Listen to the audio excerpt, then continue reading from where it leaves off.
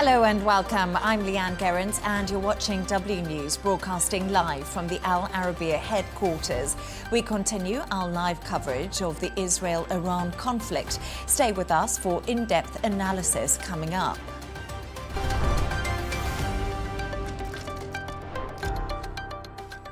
Israeli Prime Minister Benjamin Netanyahu vowed revenge after Iran struck a major hospital in southern Israel. His warning came as he spoke from the scene of the attack. Take a listen. We are committed to destroying the nuclear threat, the threat of a nuclear annihilation against Israel. We're able to do it, and we, of course, will make our own determination. But I have to say that the partnership with the United States, the partnership with President Trump, with whom I speak to almost every day, is incredible. I think his resolve, his determination, and his clarity when he says Iran cannot have a nuclear weapon. And for that to take place, Iran cannot enrich uranium. It's as simple as that. He gave them the chance to do it through negotiations. They strung him along. You don't string along Donald Trump. I'm joined in the studio by Al Arabiya's military and security expert Riyad Kawaji, friend of the show and also personal friend of mine. Riyad, great to have you back on the show today. So we were talking yesterday, but as tensions between Israel and Iran escalate, Riyad, what's your assessment of where things stand right now? Right now, we have a continuation of the exchanges. On the one side, Israel has established air superiority, so Israel is carrying out its attacks from the air. Iran, on the other side, still using its sole tool, or the sole weapon that can strike in the heart of Israel, which is the ballistic missiles. They use sometimes drones, but they have been ineffective, and the Israelis have been able to shoot them down even before reaching the Israeli borders. The strikes into Israel from the Iranian side are becoming, or are being seen as becoming more destructive, although if we look at the numbers, we still see that the ability of penetration is still the same. It's 10% ratio of the missiles being fired that are able to penetrate the air defenses. But the issue here is that Israel, first, is a small country compared to Iran, much smaller, and the population is mostly concentrated up in the northern part of the country, from the center to the north. And the Iranians have been targeting this section because it's most populated, has many of the military bases, for many reasons. Even though the number of missiles that penetrated defenses is small to the number being fired, like, for example, estimated 450 have so far been fired, about 45 managed to penetrate their defenses. But still, for Israel, 45 ballistic missiles exploding in Israel within a week, each one with a warhead weighing between half a ton and a ton, is significant. It has inflicted serious damage, unprecedented in the history of Israel. And that's why the Israelis are feeling the pain. Although the level of destruction on the Iranian side inflicted by the Israeli air raids is much bigger, but we're not seeing much of that because the Iranians are not allowing a news coverage from their side. We're seeing a lot from the Israeli side, who are not used to this level of destruction in any of their previous wars. And this is here where we have the test of the wills between who would have a more resilient home front, the Iranians or the Israelis. We keep hearing Israeli officials stressing on the need of the home front to show resilience because they are facing what they are branding as existential war, while Iran is saying that it is now being targeted. This is an aggression, unprovoked, and they are also firing what they have at the moment. Riyad, thank you so much for your insights. Stay with me and we'll get back to you shortly. But now we're going to go to the diplomatic perspective. We turn to our next guest. I'm joined by Professor Michael Semple from Queen's University. Michael, great to have you on the show again. Israel is vowing to step up attacks on Iran after a direct hit on a hospital in the country, while Iran's leader is urging Iranians to continue with strength. Could there still be a diplomatic breakthrough despite this war of words that we're seeing? Yes, we're seeing very much worse than a war of words, but we are also seeing ongoing diplomatic efforts, and there are still diplomatic off-ramps to wind this conflict down. There seems to be little opportunity, and there's nothing to talk about between Iran and Israel, the direct belligerents. But there are attempts to restart the talks between the US and Iran on the assumption that an agreement between US and Iran could lead to the Americans pressurizing Israel to come into line. So far, the US and Iran are not able to sit down directly face to face. But after a period of the Europeans being sort of cut out of this, they now seem to be becoming more active diplomatically, and it's hopeful that by the end of the week we'll see talks between Europe, UK, and Iran taking place to try and get some diplomatic movement. The world is really waiting to see if President Trump gives the green light to a US military plan. He's been keeping everyone pretty much guessing, Michael. Is this part of psychological warfare or his belief it is the best way to do a deal? Well, I think that President Trump can speak to that better than anybody else, and he's made it quite clear he is not revealing his intentions. It does make some sense in terms of what he's called maximum pressure. That the Iranians cannot safely bet on the idea that the Americans won't join in the fighting, and basically, I think that Donald Trump would prefer to see a deal which he considers favorable rather than him accepting the responsibility or ignominy involved in becoming a direct belligerent.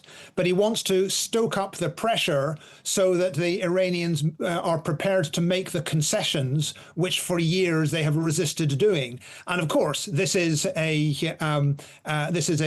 diplomatic high stakes game, because by using phrases like the calls for complete surrender, he may of course make it more difficult to get the very deal that he wants. So yes, I mean that I'm sure that he has an eye to the impact on the sort of Iranian calculations every time that he makes these statements. But of course, he's also looking to his own public. And the UK Foreign Secretary today, David Lammy, is meeting his US counterpart, Marco Rubio. Amid speculation, US involvement could require the use of UK-controlled bases in the Chagos Islands. Could the UK possibly be dragged into this conflict indirectly? Well, I think the agenda is not just whether the UK would facilitate possible US military operations. It's also important for the UK to coordinate with the US if any diplomatic initiative is to have a chance, because ultimately, neither the UK or even European partners, if they do sit down with the Iranians, they can hear what the Iranians are prepared to do, but ultimately they have to feed that back to the US. So I think that the UK has to talk about what the options are for and what they're prepared to do in terms of facilitating US operations. But I think they would be far happier getting out the message, and that they also want to coordinate diplomatically with the US. Michael, with its military doctrine in complete disarray and with Iran's airspace completely exposed, as you did say, what option does the supreme leader have right now? There's a pragmatic option, which is to think of some way of selling it to the population as heroic, and fully commit to talks, indicating a willingness to essentially barter away the nuclear program, which they can always say that, well, we never wanted a nuclear weapon anyway. The pragmatic option is that they tell the Europeans this week that we are prepared to go ahead with a deal. We'll settle on terms which the Americans will like, and rely on the Americans to pressure the Israelis to stop. That is one option for the supreme leader. But he has the other option of allowing this to drag into a war of attrition. And although we know that Iran has lost most of the capability of its sort of proxies around the region, like Hezbollah and Hamas, the Iranians still do have options to escalate. They can try to impose economic cost on the region and the Americans, which they have so far refrained from doing because they're hoping that the US doesn't enter. I think that for the Iranians, the determining factor will be if the US decides to enter. If the US decides to enter, the Iranians will start to play the limited cards which they have for escalation, which they have so far refrained from doing. Ultimately, there is no guarantee that the supreme leader will accept the pragmatic course, drinking from a poisoned chalice and going towards a deal. It is possible that he will try to drag his country into a war of attrition, and that he will be prepared to try and escalate in such ways as they can. Professor Michael Semple from Queen's University, Belfast, thank you for your insights. Most welcome.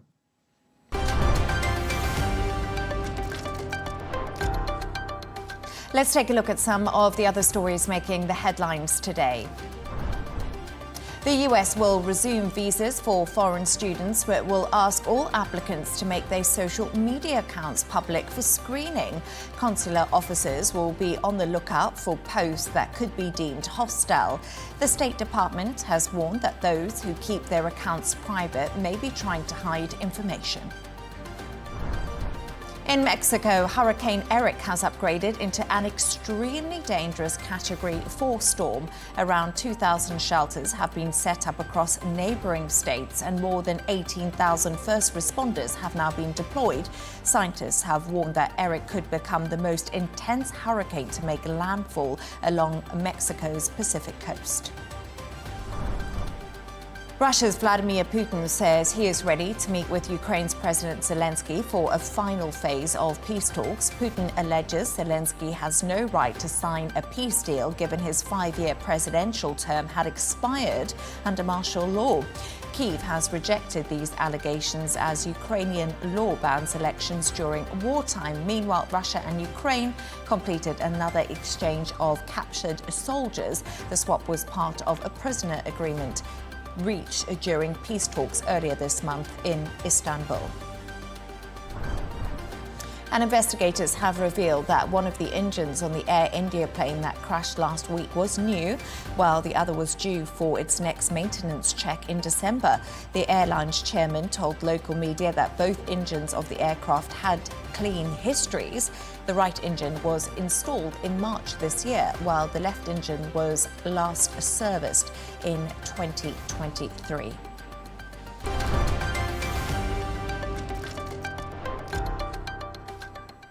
On the 7th day of the conflict, Israel says it struck Iran's Arak heavy water reactor, the latest blow to Tehran's nuclear program. Another site near Natanz was also hit. Since the strikes begun, Israel has been targeting not just nuclear sites, but also scientists linked to the so-called father of Iran's nuclear program, allegedly assassinated by Israel in 2020. For more on this, I'm joined by John KazVinian, Iran-US historian and JCPOA expert. Thank you so much for joining me on the show, John. John, what has gone wrong between Iran and the US? Prior to the attacks, both countries were actually holding talks in Oman on Iran's nuclear program. That's right. The idea of diplomacy with Iran was actually a key component of Donald Trump's policy. It's something that he didn't campaign specifically on, doing a deal with Iran, but the idea of ending the forever wars in the Middle East, taking a less interventionist American foreign policy. And he, I think these negotiations were important to him. He sent his special envoy, Steve Witkoff, to conduct them. And it looked like there was some promise. But of course, as we've seen so many times with these negotiations, the United States and Iran are not the only actors that have a stake in this or feel they have a stake in this. The Israelis have often been on the sidelines trying to derail these kinds of negotiations. So, John, Israel's objective seems to be to eliminate Iranian nuclear and ballistic capabilities. But in March, America's US intelligence chief, Tulsi Gabbard, said that Iran hasn't been building a nuclear weapon. How close is Iran to a nuclear weapon, and what changed so dramatically since her statement in March? Well, the Israelis know better than anyone that Iran was not on the verge of breaking out and building a nuclear weapon. Iran has had that capability for many years now if it wanted to do that, and it has chosen not to do that. That's a political decision, not a technical decision. The fact is that this is another in a series of Israeli operations launched by Prime Minister Netanyahu that doesn't have a clear objective, or rather has a shifting objective that is sometimes difficult to pin down and sometimes tends to blow with the prevailing winds. Supposedly, this is to knock out Iran's nuclear capability. And yet, the Israelis are also making a lot of noise about regime change and about uprooting the Ayatollahs and all this kind of stuff, and encouraging the Iranian people to rise up. So, the reality is, for the Israelis, this is, I think, was an opportunistic moment. They didn't want to see the United States making serious progress towards peace with Iran. And they recognize that Iran has been severely weakened in the past year and a half. And I think they chose their moment to deal it a significant blow, if not exactly a fatal blow yet.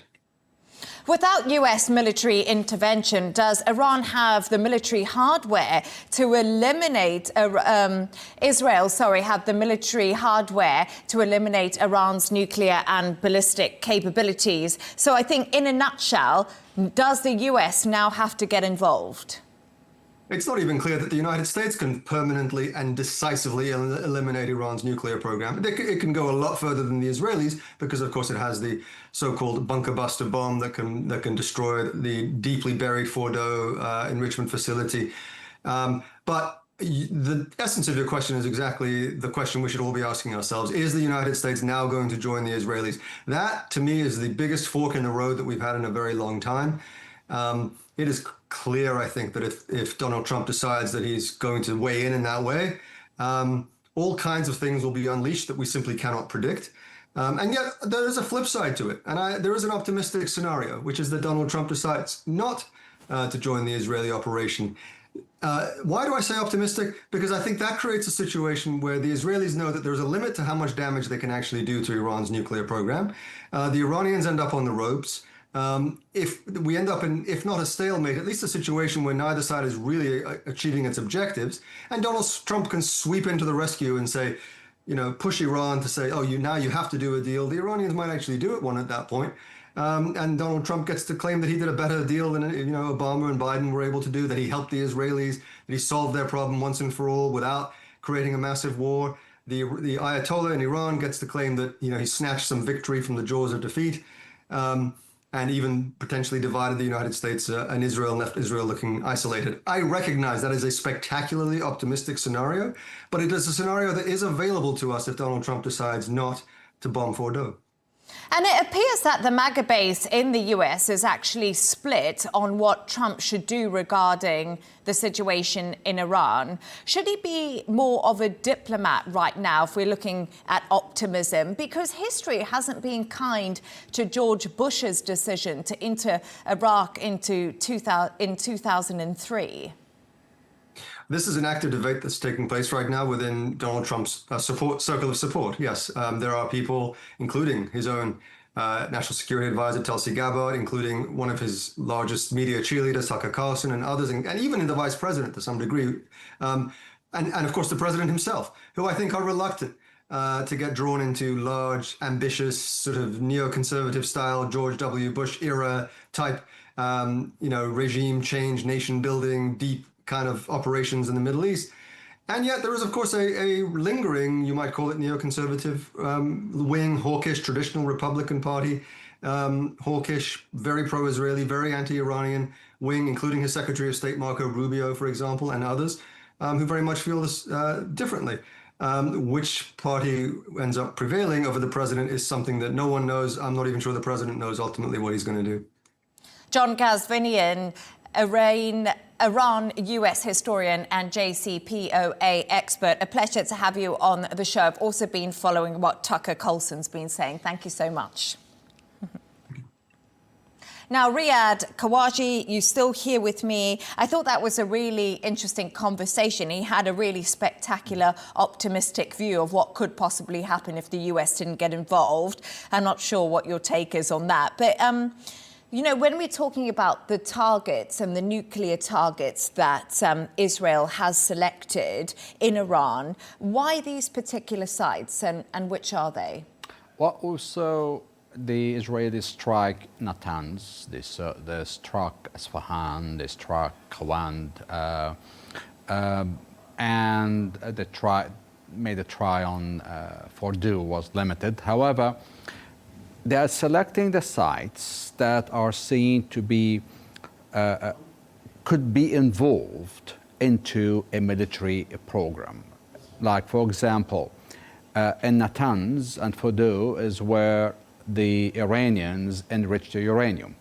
And that uranium, if it was enriched to 90% level, then they could have military uses. Now, the maximum they enriched was up to 60%. In Iraq, Khawand, you have the so-called the heavy water reactors. Heavy water reactors produce plutonium. Those were of high interest because at one point they didn't get much attention until the IAEA discovered that the Iranians have managed to produce about 9 kilos of plutonium. And both plutonium, enriched plutonium and enriched uranium are used to build bombs. They are the main material to build nuclear weapons. And that's why the Israeli warplanes have been targeting these facilities.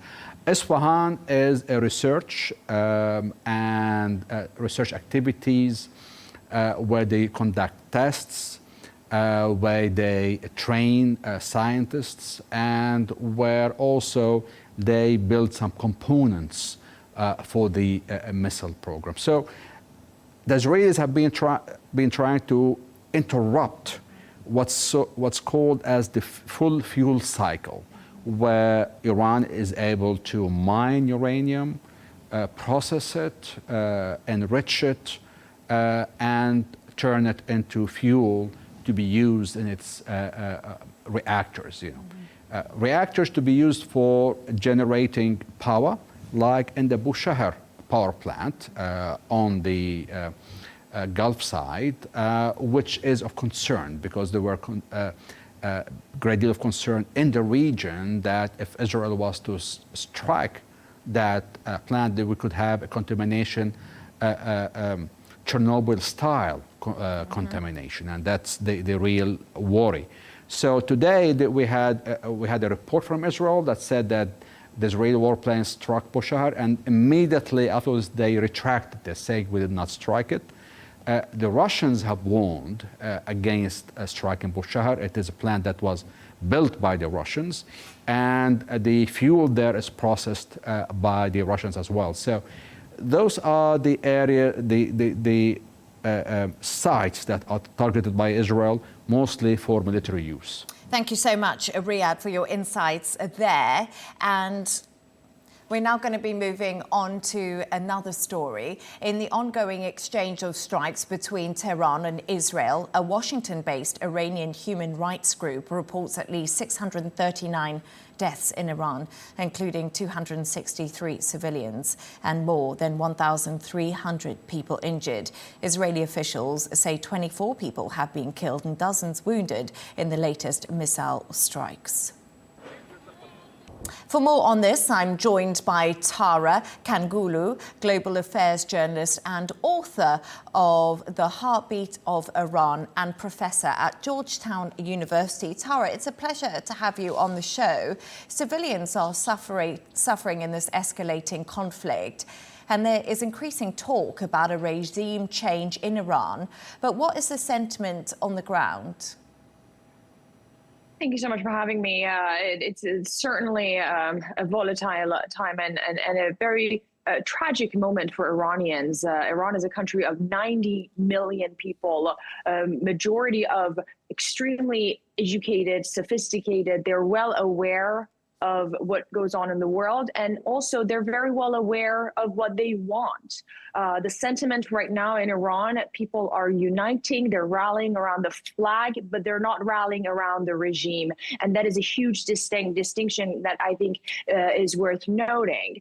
Iranians feel that once again, we are caught between a war that is not ours and a war that we don't want. They're caught between the lunacy of a theocracy, of a dictatorship, and a government, the Bibi Netanyahu's regime, who for the longest time wanted to attack Iran. You know, this is nothing new. If we go back 15 years, almost 20 years, he's been saying the same thing. So Iranian people are caught in between these two regimes, and they want none of this. Again, to put things in context, we're talking about millions of innocent civilians. And again, death toll is rising. Close to 600 people have been killed so far in Iran. And last thing I would say, the death toll in Israel. Any civilian life is valued and should not be taken by you know, these powers to be. Tara, what hope is left for people living inside of Iran, even if a regime change does happen and the supreme leader is defeated? What's left for them? I think that's a big question. But first of all, the killing or eliminating of supreme leader or the collapse of the regime doesn't immediately mean good news for Iran and the Iranian people, who, again, have made it very clear that we don't want this regime. Whilst, by the way, the world just watched. Every time thousands came on the street risking their lives, the world did not pay attention. So that's an important point there. But when regimes collapse, we have seen around the region, our own region, what has happened, Iraq, Syria, Libya, Afghanistan. So a regime collapse of such scale for a government and a regime that is so powerful is no good news. There are separatist powers around Iran, within the country. So, you know, talking to actually a source in Iran, they're quite worried, even though, sure, they want the bombs to stop, but they also don't want the government, but they don't want this war. The last thing also I would say is that some of Iran's brightest and most capable people who can forge their future are in prisons. They are the ones who can actually bring about change. And for the longest time, Iranian people wanted referendum. So quite frankly, the most peaceful way, in my humble opinion, is if the regime collapsed, there would be a UN-supervised referendum, a transitional government to avoid any form of bloodshed and chaos as seen elsewhere in the region. President Trump still appears keen to bring Iran to the table to negotiate a deal. But however, he's also considering the possibility of direct US involvement in Israel's campaign. From your perspective, Tara, does Iran still have some level of trust in American and Western diplomacies to see this happen? I don't think the Iranian regime, nor, by the way, the Iranian people, have any trust in quite frankly, any foreign country, let alone Western powers to be. And this is based on history. If you look at Iran's history of just the last 100 years, you can see why. With regards to diplomacy, Iranian regime is at its weakest. They're desperate. So if they want to stay in power in some shape or form, they better come to the negotiating table. But what the Supreme Leader of Iran said yesterday attests to the contrary. He is pretty much doing what they did during the Iran-Iraq war. There were many opportunities for Iran to come to the negotiating table, stop the killing of hundreds of innocent civilians again, but they didn't. They dragged it out of the hubris and arrogance that the Islamic regime is based on. But they're desperate if they want to stay in power. What Donald Trump does is we have yet to see. The talks are still scheduled to happen in Geneva tomorrow, and reports are coming. CBS is reporting that potentially over the weekend there are going to be talks between the Iranian foreign, not directly, but indirect talks of some sort between the American and the Iranian, and Steve Witkoff involved. So these talks are still going on, all the while Israel has threatened to eliminate the supreme leader, as the defense minister did earlier today. Tara Kangulu, global affairs journalist, author of The Heartbeat of Iran and professor at Georgetown University. Thank you very much for your insights. Thank you.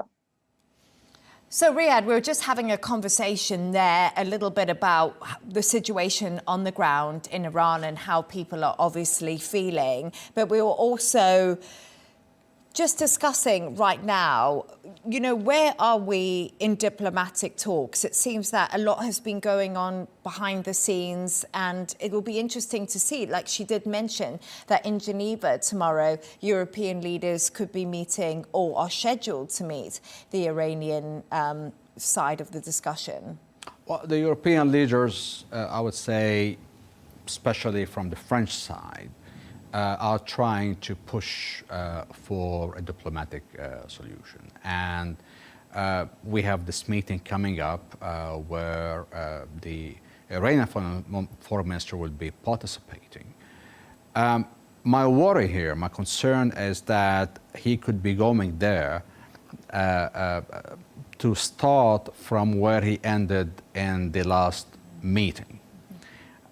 While the other side is going to come now with a new reality that what was on the table before this war started a week ago is now no longer there. So the concessions demanded of Iran would likely be bigger.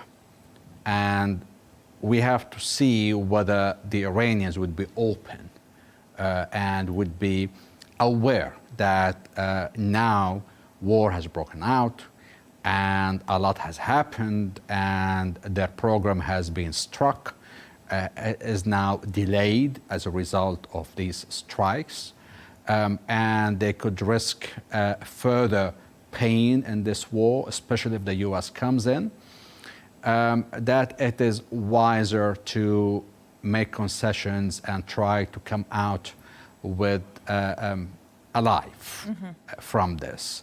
And with the regime somewhat intact. With the regime still somehow intact, able to revive itself. Because even though Iran has other cards to play to make things more painful to the Americans, to the Israelis, what they could do and possible retaliation if the Americans intervene in trying to strike some bases, trying to attack some ships. However, it's not going to change the outcome because there's a huge difference in the balance of power between US, Israel versus Iran on its own. So the end will be inevitable. And therefore, we have to wait and see whether the Iranian foreign minister was going to go in with open mind and willingness to make some painful concessions just to end this war very quickly and to have the regime escape with in a way that would help itself to get revived. Yeah, definitely, Riyad. We are still in the fog of war, as they do say. But thank you so much for your insights. And I want to thank you for being on the show today. Of course, Riyad Kawaji, friend of the show, and we'll definitely be speaking to you again soon. Thank you once again. And now to more on the hospital attack in southern Israel. Well, Israel accuses Iran of intentionally targeting Soroka Hospital. Tehran denies this, saying it struck a nearby military command center. According to Iran, the blast was caused only minor damage to the hospital.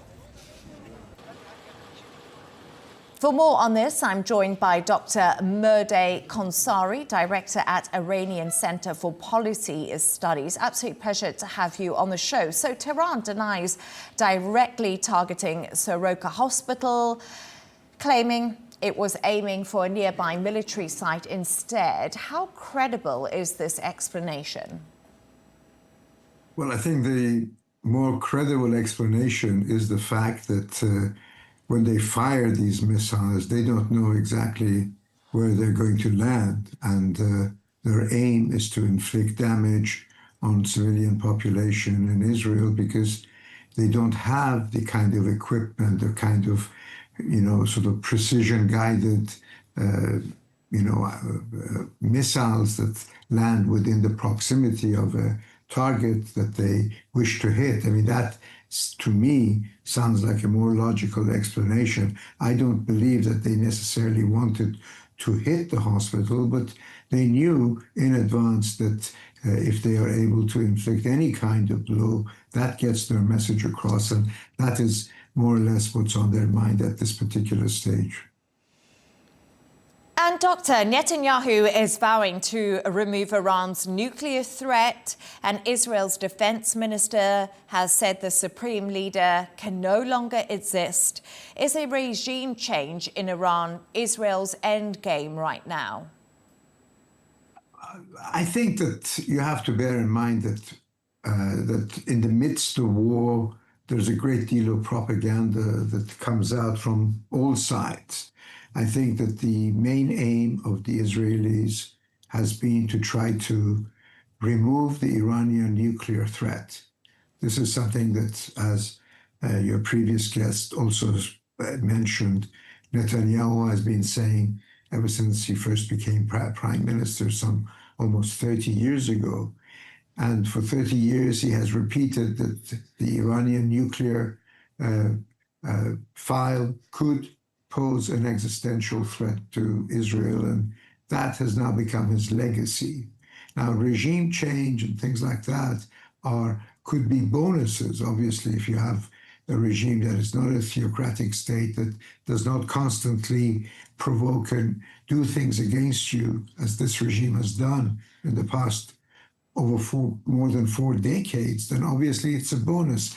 But I don't think that that is an issue that is of supreme importance to them as matters as the dust begins to settle. There will be crisis inside Iran, no doubt, once the dust has settled, but you have to bear in mind that regime change is a more difficult prospect, especially since the current regime, despite all the hits that it has taken, its forces of repression are intact, and they are ready to sort of quell any disturbance or any resistance. And it's a costly and bloody thing. And as your previous guest said, the Iranian people are very concerned about moving forward in a direction that does not lead to further violence and instability.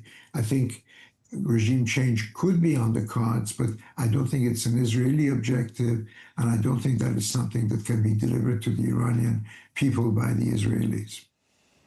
So, as we did mention, Israel's objective seems to be to eliminate Iranian nuclear and ballistic capabilities. Can they realistically do this without US involvement, or do you think US involvement is imminent?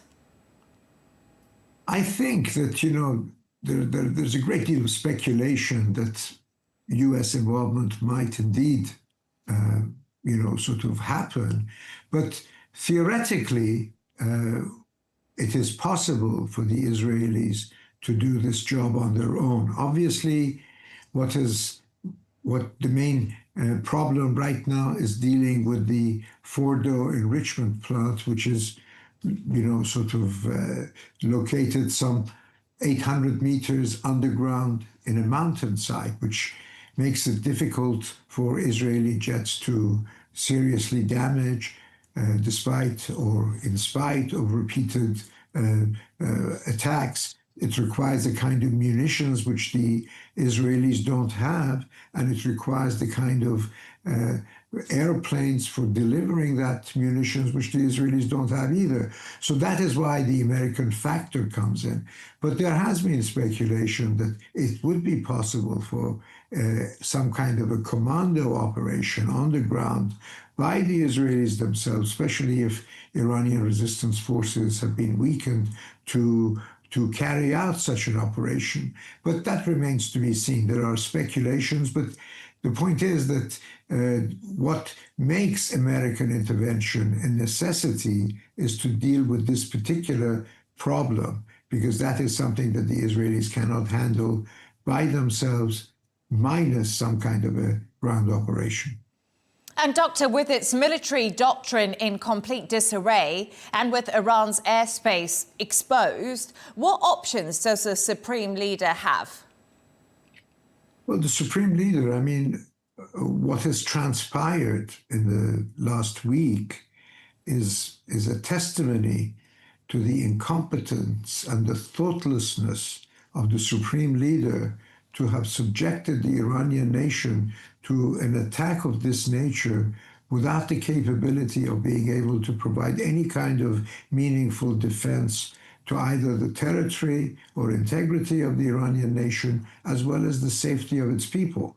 They have nothing. They essentially are incapable. But again, going back to my previous answer, if Israel was to try and mount some kind of a land operation, it is possible for them to be able to provide some kind of resistance against that. That will not be an easy thing.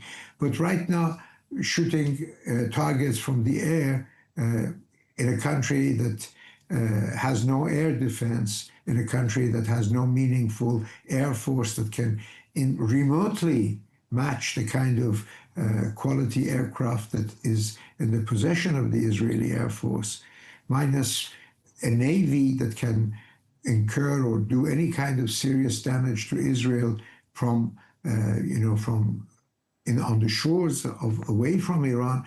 All of these things means that the Supreme Leader is just relying upon rhetoric, and a rhetoric that he can't match. The previous guest suggested that they could try and prolong the war, which is their gut feeling in wanting to do that. But unlike the Iran-Iraq war, which they were able to extend for a period of 8 years, they are just simply do not have the resources to continue. And you have to bear in mind that the Iranian public is not the same as what it was back in 1980 when the war against Saddam Hussein started. The Supreme Leader takes a measure of comfort in the fact that airstrikes cannot necessarily lead to regime change. And here he cites the example of Saddam Hussein, who was under aerial attack for a number of years. And it was not until such time that Iraq was invaded that his regime fell. And he doesn't see any chance of America or anyone else wanting to invade Iran. But once the dust settles, he has to respond to the needs of the people. He is in a much weaker position. Iran's economy, which was already in tatters, is going to be far worse off. Already the banking system in Iran has collapsed. People don't have access to many, many things, petrol, this, that, the other. Once the dust settles, he's going to be facing an enormous amount of pressure. And no matter how much he's going to rely on his forces of repression, but those people are Iranians at the end of the day, and it's questionable how long they will continue, siding with him as we move into the future. Dr. Mehrdad Khonsari, Director at Iranian Center for Policy Studies. Really good to have your thoughts and insights on the show. Thank you so much. Thank you. Thank you. Let's take a look at the top business news now. Donald Trump is again putting back a decision on whether TikTok can keep operating in the US. The White House has said that he would extend today's cutoff by 90 days.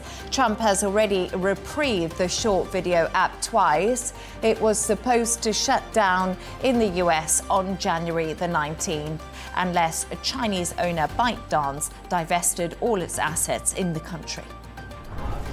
Nippon Steel has closed its nearly $15 billion acquisition of US Steel today, and the big winner could be the Trump administration. Under the deal's terms, Nippon bought 100% of US Steel shares as it first laid out its offer for the struggling steelmaker in 2023. But the terms also include a national security agreement inked with the Trump administration, which gives President Trump the authority to name a board member as well as a non-economic gold share. Turning to all the sports news now, and the majority stake of the Los Angeles Lakers basketball franchise is being sold in what will mark the most expensive sale of a U.S. sports team in history. The Buss family, who has owned the team since 1979, has reportedly made a deal with Mark Walter, the TWG global CEO. The sale is said to be worth an estimated $10 billion, though it could increase once actually finalized. And Barcelona have signed goalkeeper Juan Garcia from Espanyol after triggering his €25 million release clause. Tomorrow, the 24-year-old will officially join the Spanish champions, who've handed him a 6-year contract. Arsenal and Manchester United were also linked to Garcia, but he has opted to remain in his native Spain.